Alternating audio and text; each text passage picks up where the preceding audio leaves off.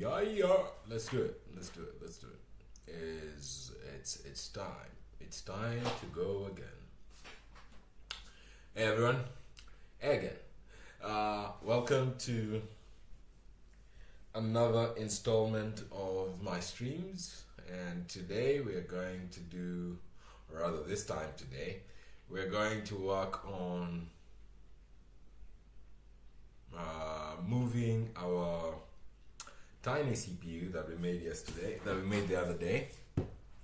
That's on this Arduino FPGA.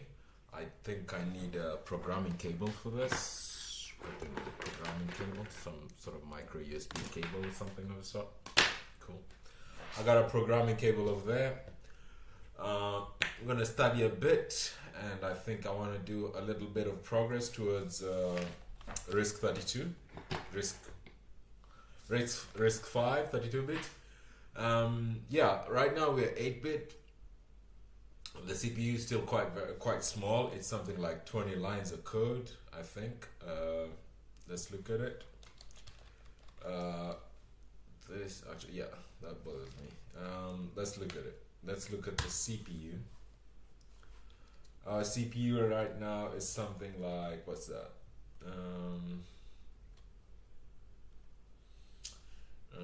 Yeah. Let's say like 15 lines of code. So, because this is the CPU, this is the registers of the CPU, and then that's what we're doing. This is just a clock for the CPU, and then we've got some placeholder instructions right now, and yeah, I do want to move towards the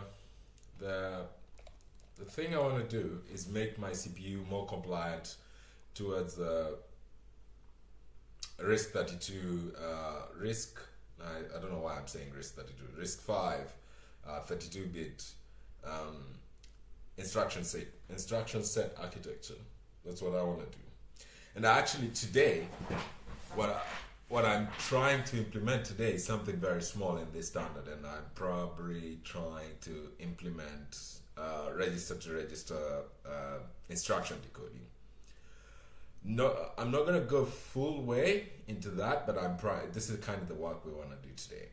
So basically, we want to add instructions that are concerned with like register to register operations, because in the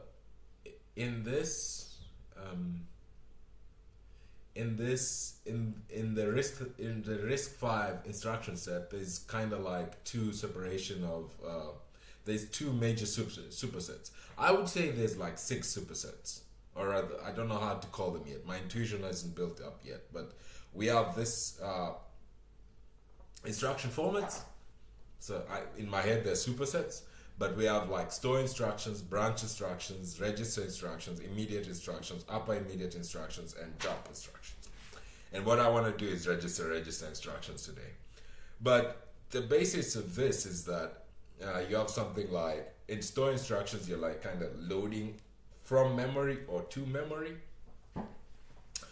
In branch instructions, you're basically using this to do stuff like loop. So you're doing something like BNE, branch if not equals to 0, B if greater than BGT, something like branch if greater than 0, branch if less than 0, something of the sort. So those are like looping constructs.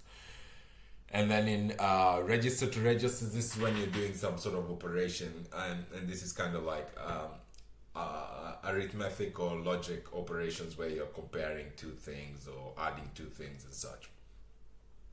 And I think the exercise today is to implement that. And we're not even going to implement the full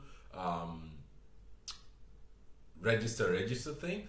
We're mostly going to add the feature so that our CPU can start doing this. So maybe we're going to add something like, first of all, we'll just make our registers 32-bit instead of 3-bit. That's the first one, because later we'll just move around. As you can see, 32-bit instructions in the RISC-V architecture, they have their ways. what we're going to implement today is sort of like this line, register. So the way it works is you have the first like 7 bits is the operation code, op code, and then the next I think it's 5 bits. That's 7, 1, 2, 3, 4, 5. That's the next 5 bits is the destination register, and then the next 3 bits is I think it's a function. This is like the func3. It's all here. I don't know. I don't even have to remember anything. Func3 and the func7. These are the opcodes that specify the operation to be performed. Something like add, subtract, some of those. But we won't deal with that today, really. So func3 and func7 are for the opcodes, kind of like. And then RS1 is register source. So you're going to be operating on RS1 and RS1 and RD. So that way you're doing that. And I see register also as RS2. So RS1, RS2, they specify by index the first and the second operand respectively. Okay, cool. So if you want to add 2 things, it's RS1 and RS2 you're adding, and then the result of that will be put in RS3 RD, which is specifies by index the destination register for the computation. We're not gonna do all of that. It's an hour is a bit too short for me to reason all of that out, depending on my studies. So what I think we're gonna do today is we're going to go through our CPU, which is here. We're going to go through our CPU, and we're going to first of all become actually not an 8-bit CPU. At the moment, we'll still do 8-bit instructions for now, okay? For now, we'll still do 8-bit instructions. But at the moment, we'll become not an 8-bit CPU by moving our... I think our read-only memory is 8 bits, which you can move to more than that, I think. But the first thing I'm going to do is make sure our general purpose registers are 32 bits. Okay? And then I'll operate on those general purpose registers being 32 bits. And then I think a bit of, we're going to infuse some more opcodes here so that we deal with the register opcodes. So the register opcodes is like register sets. Yeah. So RISC-V has 32 integer registers or 16 in the embedded variant. So we're going to use the embedded variant because we're doing that. And when the floating point extension is implemented, 32 more. We're not doing that yet. We might do that later. So that's cool. The first register is a 0 register, and the remainder are general purpose registers. A store to the 0 register has no effect, and a read from the 0 register has no effect. And actually, the reason for this 0 register is that when you're doing RISC-V stuff, as I understood it, it's quite a few times you have to do something with 0. Like if you're running a loop, you have to compare with 0. If you're doing jumps, you have to compare with 0. Branch if not greater than 0. Branch if greater than 0. So stuff like that. Like you want to do 1,000, and then you want to decrement. Say you want to you want to print out you want to print out 1,000 integers. So you go from 1,000 and then you decrement one, you decrement the 1,000, you print, you check if it's greater than, if the thing you decremented is greater than 0, and you go until it's 0. So we use the 0 register quite a lot. So I think today we're going to accommodate the 0 register, and then the other thing is we want to do the instructions that are inside the how do I say this? The instructions inside the sorry, the word is escaping me. The instructions that are encompassed in register operations. So opcodes, the opcodes that involve register. And these are mostly, again, arithmetic and like logic. So increment, add, subtract, increment, add, subtract, and, or, XOR, shift left, shift right. That's how many? That's like, so increment, add, subtract, and, or, shift right, shift left, XOR. So 8. We want to add 8 opcodes to our CPU. That's majorly going to be the biggest difference. And then we also want to sort of enforce that register 0 always returns 0. So writing to it has no effect, because if you read from it, it's 0. Reading from it, it's always 0. So writing from it has no effect. So we want to enforce that register 0. You can sort of, when we get to packing, I guess when we get to like compressing instructions and making our thing faster, you can sort of use the 0 register for something. But for now, we'll just put it in and observe how it works. And all of this is just in there too.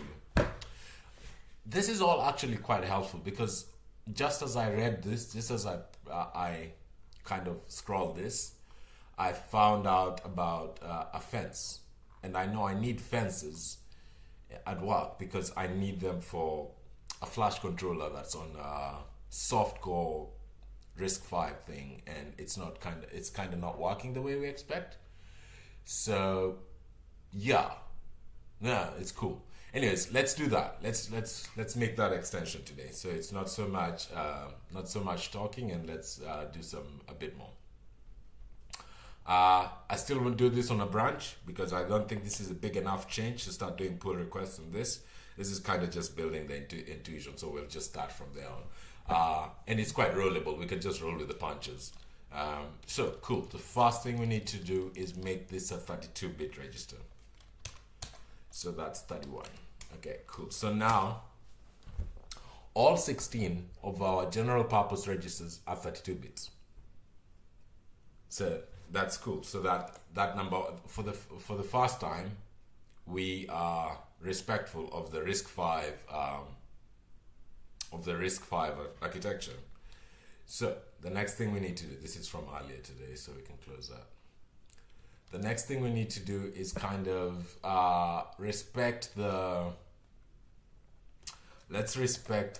let's make sure register 0. R0 is always a 0. R0 is always a 0. So no matter, writing to it should be no effect. Some people are writing outside, and I wonder if everything's okay. Writing to this should produce no effect. So after every clock cycle, we should just set this to 0 so that it doesn't affect anything else. So R0 is, let's do a non-blocking assignment operator, and I think we can do something like 32 bytes, because it's 32 bytes now, and all of them are 0. I think so. I think something like that. 32 bytes, all of them are 0. So let's set that to that. And R0 is sorted out. So we've respected 2 things already in the RISC-V architecture. We've respected the 0 register, and RISC-V has 32 integer register. 32 integer. Yeah, 32 integer registers, or 16 in the embedded variant, and we're going for the embedded variant. So that's 2 changes that's already 2 changes in our code that bring us towards this architecture. So the next thing I want to do is, now that we have this, it won't change the functionality of our code, because our code only uses one operation. So we only use increment, and we have like this placeholder thing here that says out. Perhaps we can even kind of, I wonder if I should document them here. No, should I? I could document them here. So, and then we will have like 0, 0, 0, 0, 1, 0. That should be add, and then 0, 0, 1, 1. That should be, let's make that sub. And then let's do 0, 0, 1, no, yeah, 0, 1, 0, 0. This should be, what's the next one we said? And and then let's do the 0, 0, 1, 0, 1. This should be after and it was like or, yeah. And then let's make another line, and then let's make this so that it's neat. Okay, cool. So after that is neat, and then we have an or, and then we need an XOR, so that's 0, 1, 1, 1, that's 7, that's an XOR.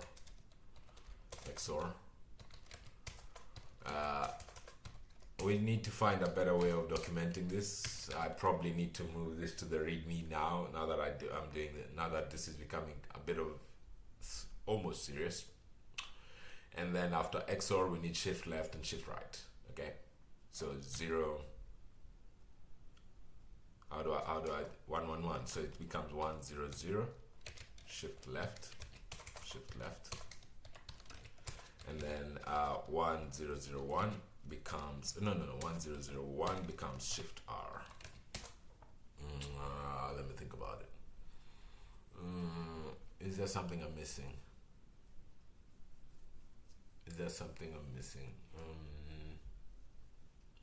0, 0, 1, 0, 0, 1, 0, 0, 0, 1, 1, 0, 0, 1, 100, 0, 0, 1, 1, 0, 1, 1, 1, 1, 1, 1, 1, 1. Oh yeah, I'm missing an instruction here. I kind of want them. Yeah, this is good counting. Thank you. So this is 1, 0. So you don't need to go for that. You can go here 1, 0 XOR, and then 0, 0, 1, 1, 1, 1, 1, 1. Is that shift left, and then 1, 1, 0. Shift R. Is that good enough? Yeah, we didn't miss any numbers. It's hard. It's sort of silly to count like this, but then it makes it much easier for me. So we'll add those instructions. Actually, to be honest, X. So let's put this here. Because let's put this here. No. Let's put this here. The reason being, I'll tell you the reason just now. Let's put this here. So we're documenting the CPU itself. Because remember, again, remember this. This section, is that what you needed? Okay, cool. Remember this. Eventually, this whole section will disappear, because this whole section is just read-only memory that we use right now. Because we don't want to write a compiler, or rather build up a compiler for this thing.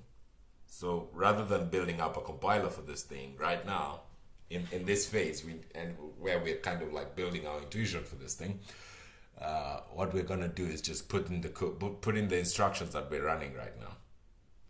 Just hard code them, and so that it works. And then eventually we'll have built up so much, and we'll have so much intuition that we can actually go use a compiler for this. But I think that would be making the streams will be too long. Remember, this is my study sessions. The streams will be too long, and anyways,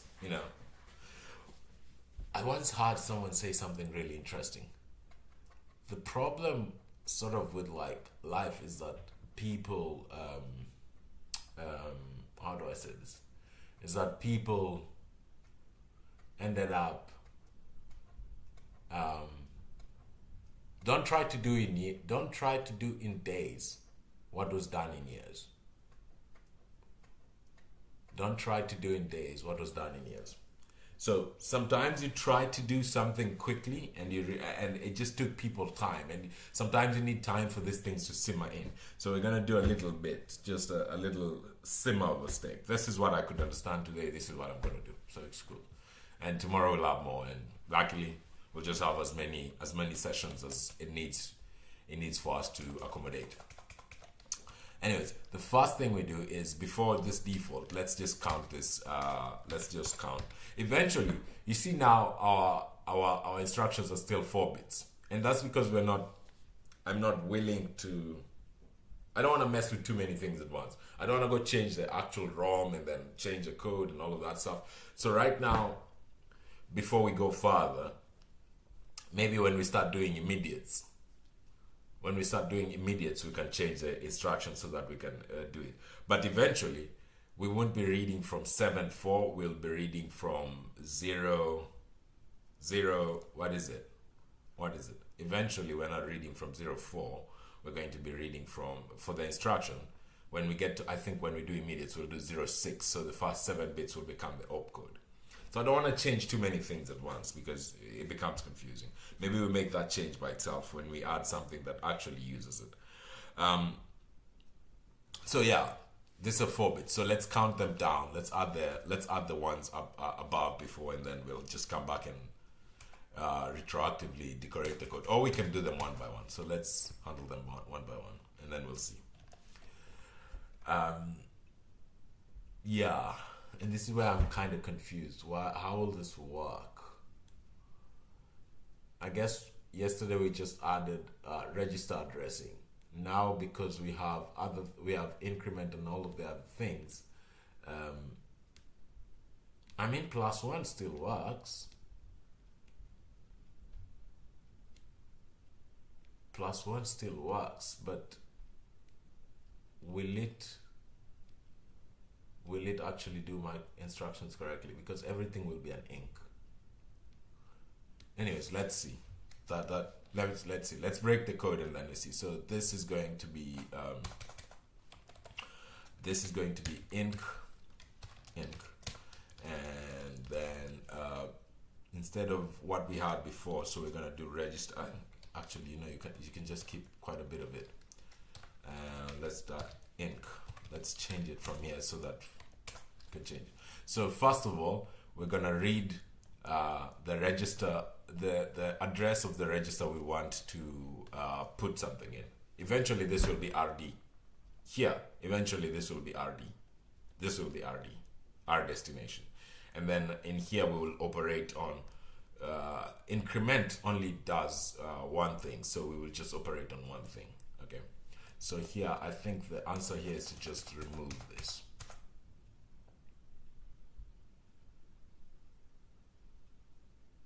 Yeah, so if we're not masking it, we're just incrementing it. How does that change our code? Well, anyways, we'll run the test and we'll realize, and then when we realize, we'll see what we need to do.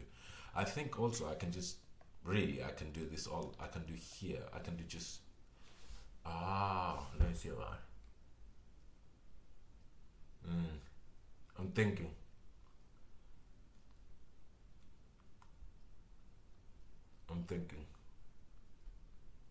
I mean,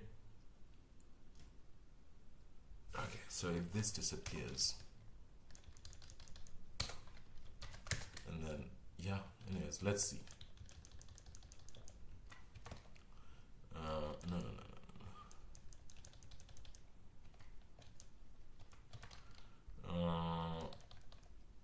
Y. So, P. And this, instead of, this will be add. This will be an add. So this is add. I see what the problem is. Becomes here now. Okay, cool. Let's just do it that way. So let's do it that way. Instead of here 1, instead of add. So this is an add instruction. This is going to be an add instruction, which means it needs 2 operands. And this is why I wanted to, this is exactly why I didn't want to do it that way now. Okay, so let's do add. So this needs 2 operands. Let's, for now, since we don't have since we do not have any instructions for it, let's just put R0. Okay, R0. Okay, so just add it with 0 and see what happens. Okay. Cool. And then yeah, so that's add, and then we need to do sub. So for can I get away with just copying this and just pasting it? Y, and then SP, and then I. Let's see what that is. So 0 0 1 1, yeah. 3 0, and then this 0, and then this is sub. Sub. Okay, and then this goes like minus, and then I tab, and then we need to link this later. I don't know where I'm gonna find a formatter. It's a 1 1. This now becomes a 1 1 0 0 1 0 0, and then we said 1 0 0 is an AND. So let's label that an and then here we wanna do an AND. Is that so? Okay, cool. And then let's do this rather than an AND. Now we're gonna deal with an OR, and then here what we're gonna do is OR. Yeah, we just for now we're gonna we shouldn't be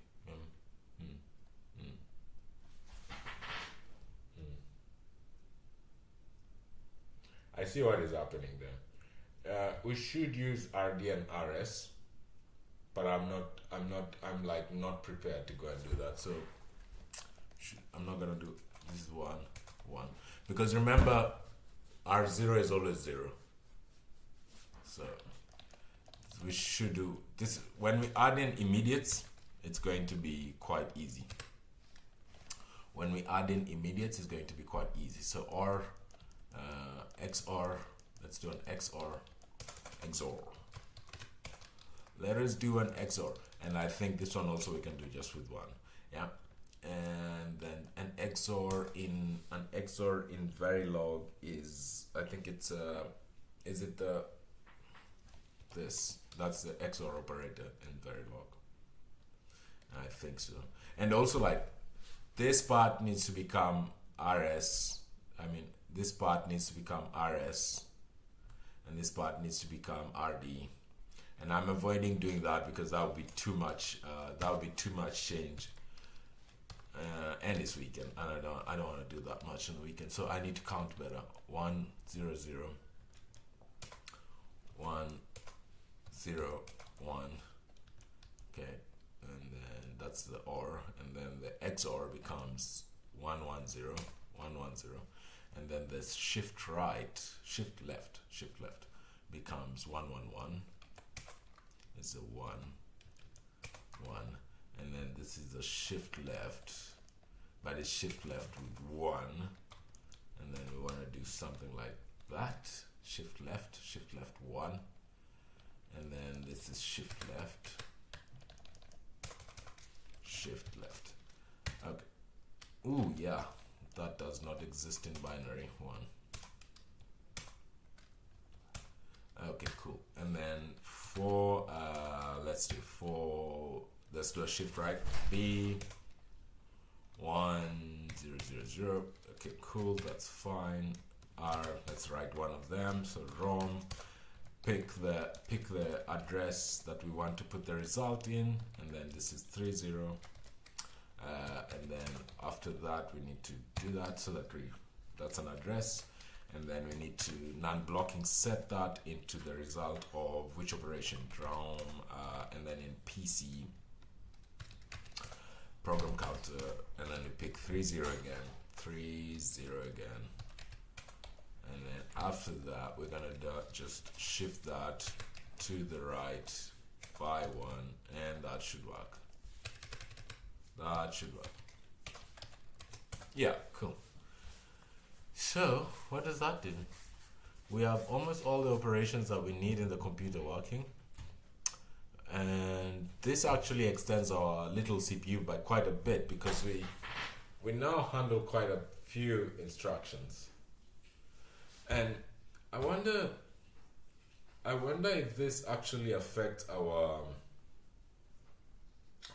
I wonder, because we're just using one simple instruction, and that doesn't change, and we're still putting the result where we needed it. And so I don't know if this is here. This seems okay. This should just work. But previously we were sort of masking it. We were doing a mask before, and I wonder if I should mask it. I really wonder if I should mask it. I feel like this is now erroneous, but it might just be okay. I think so. Let's see if we can build this code. And then I'll jump over to questions just now. I forget how to build with this. Up your build. So, and then we also did lint it. Okay, cool. It just optimized our ROM with a list of registers rather than defining stuff. And that's mainly because like this is read-only memory and it doesn't change anywhere. And we do an instantiation before the clock. Initial begin means run this stuff before the clock runs. So we're doing statics. And the thing Yosis is telling us here is that it is replacing our static declarations with registers because they never change really, so that's fine, that's okay. And I think I'll do an up your lint to see if anything is okay here. Is everything's fine? Yeah, everything seems fine. So let's do some questions and then we can go on, I think.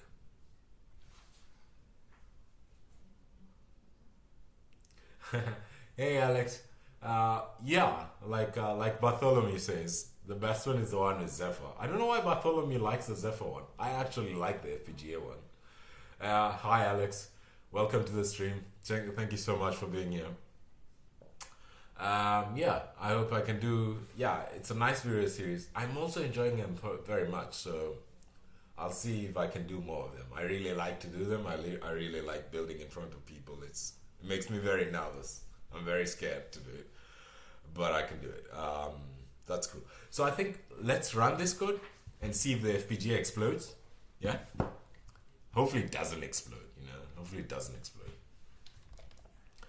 Yeah, welcome Alex. It's a good name. And also, I don't know if you know this, Alex. We have what is it called? What is that group called? We have professionally.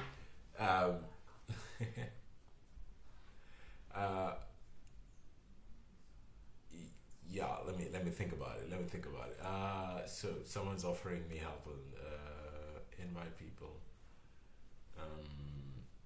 I don't know. Yeah, let me get Alex. In the description of this video, there's a link to a Discord. Join Bartholomew and me there. Professionally, Bartholomew says he's closer to Zephyr than FPGAs. That's okay.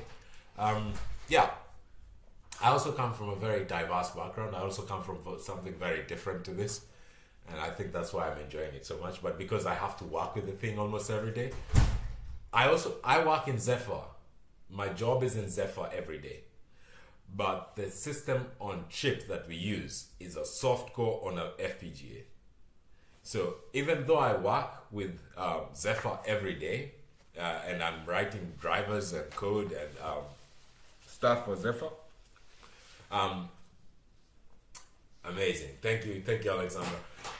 Even though I'm doing stuff on Zephyr on the FPGA every day, I'm dealing with a soft core that lives on I'm writing Zephyr, yes, but my core lives on an FPGA.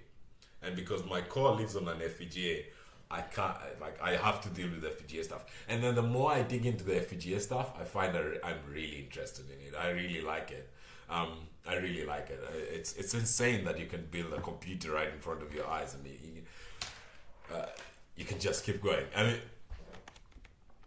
I'm not an electronics major, so I've never done one of those like 8051 or like those. I've never done Ben Eater's practicals, where I go and I build like how do you call it? Like an 8-bit computer with a breadboard and wires and counters and flip-flops. It's like those wires, there's so many wires. I always mess it up. But if you give me a board that's connected, I can kind of sort it out. So, yeah, I'm intimidated by doing all the wiring. But welcome. We'll do more Zephyr stuff. Let's now try and run this. I expect it to highly explode. I think so. That's my expectation. I expect it. This is the code from yesterday, by the way. So it blinks red, red, red, and then at some point it will do a blue one. And then if I talk long enough, it will do blue, and then if I talk long enough, it will do a green one. So yes, Alexander, this was an 8-bit CPU before. It still is an 8-bit CPU. I don't know actually. I don't know if it's an 8-bit CPU. It is using 8-bit instructions right now, but we've already changed it to the registers are 32-bit capable. So we've sort of made a 32-bit CPU.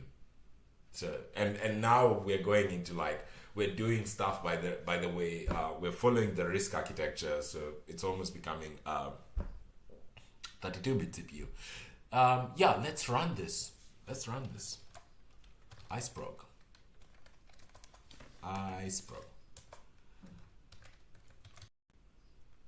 Let's do it. I'm gonna hold it in front of you guys. Oh yeah, check. It started going green. Now it's a mixture of green, red, and blue. Now it'll go blue, blue, blue, and then a green somewhere. Like I said, if I talk long enough, it'll become a thing. So let's run that and see what happens.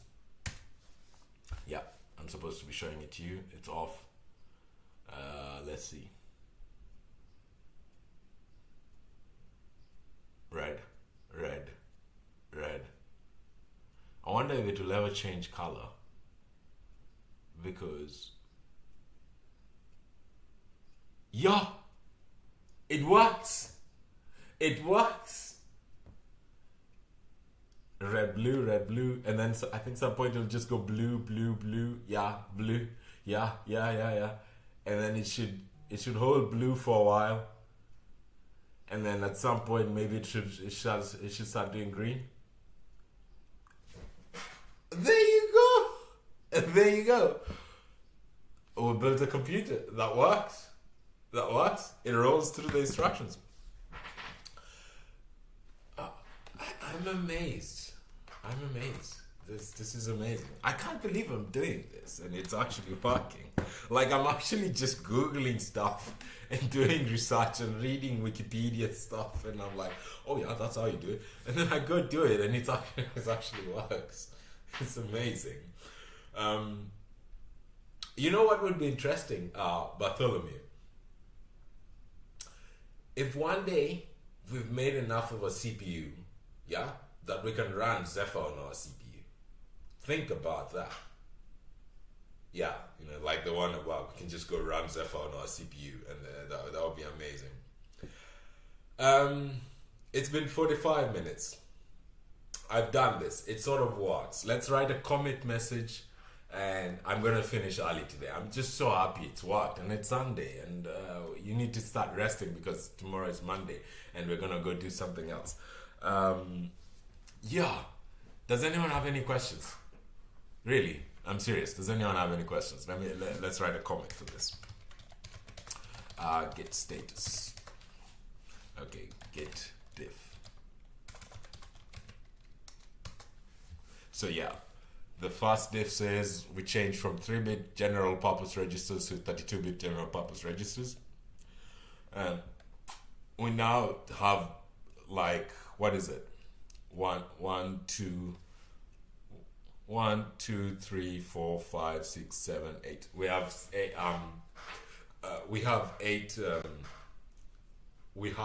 eight instructions, and we're also doing another thing that the RISC-V architecture also calls for. The register 0 is always set to 0, so that when we're doing branching and stuff, and we can do compare than, greater than, or less than, we can use that, and it's cool. Yeah, we did it. So that works.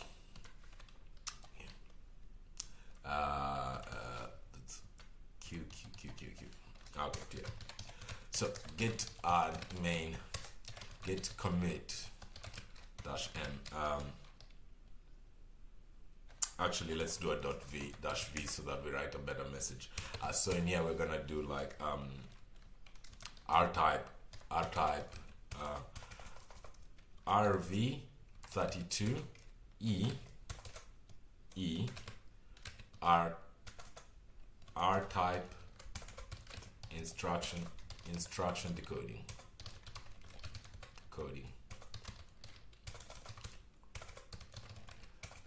sorry, move general purpose registers from 3-bit to 32-bit. Okay, handle ALU operations in the opcodes. Okay, and then what else?